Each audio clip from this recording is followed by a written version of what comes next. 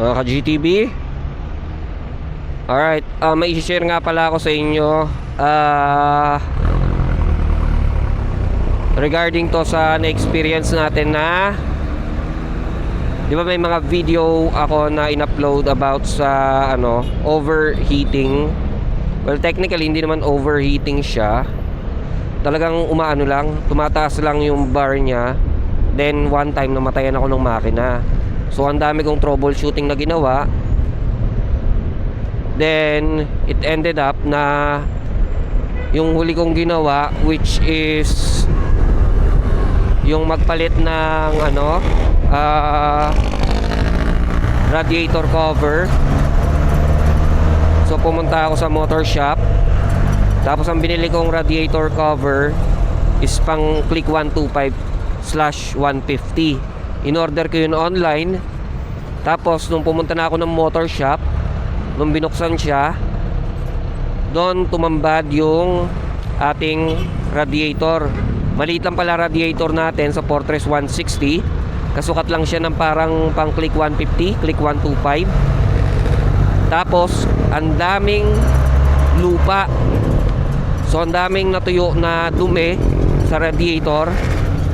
Tapos inangat ng konti yung radiator, inisprayan din ng hangin. Ang dami rin buhangin na nakuha. So after gawin yon, after palitan din yung radiator cover ko na naging pogi na, tsaka mas madali na siyang linisin. Tingnan nyo yung bar ko dito sa panel ko. Dalawa na lang siya. So simula kahapon mga ka-GTB, kahit rush hour yung biyahe ko with traffic, naglalaro na lang siya sa 3 bar. Pag umaandar ako 2 bar. Hindi ko siya nakita nag 4 bar. So I don't know kung dahil malamig din ang panahon ngayon, pero alam ko na nakatulong yung paglilinis ng radiator. Nasabi rin pala sa akin ng mekaniko, mga ka-GTB, na baka daw kinalawang na yung magneto, which is yung nagpapalamig sa radiator natin. So hindi niya na nasilip yung magneto, pero binugahan niya ng hangin at ang dami natanggal na mga alikabok.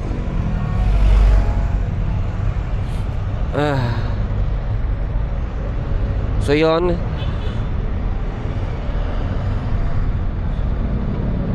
mga ka-GTB, tingin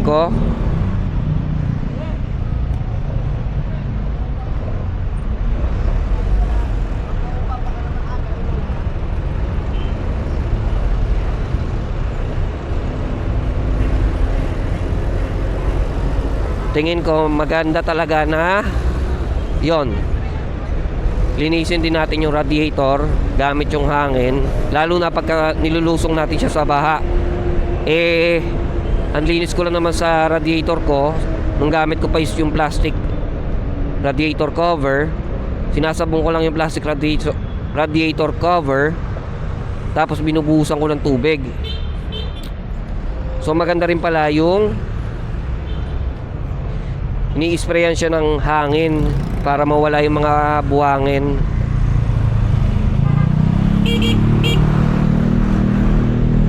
Sa radiator, kasi doon nakaingay yung radiator natin kaya hindi na siya nagpo 4 bar, hindi na rin nag 5 bar.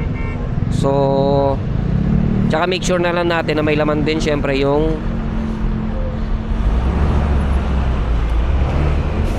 coolant reservoir natin, which is nasa right foot peg. So tingin ko na-resolve na talaga yung na-experience natin na mabilis na pagtaas ng bar para sa overheating indicator. So ayun lang. Kung tingin nyo nakatulong yung video, mga ka-GTB, palike na lang, pasubscribe na rin sa channel natin, kasi lahat ng may experience ko sa motor natin ay i-share ko sa inyo. At ride safe always. Peace out, mga ka-GTB. Focus muna ako sa pagmamaneho ko dito, okay?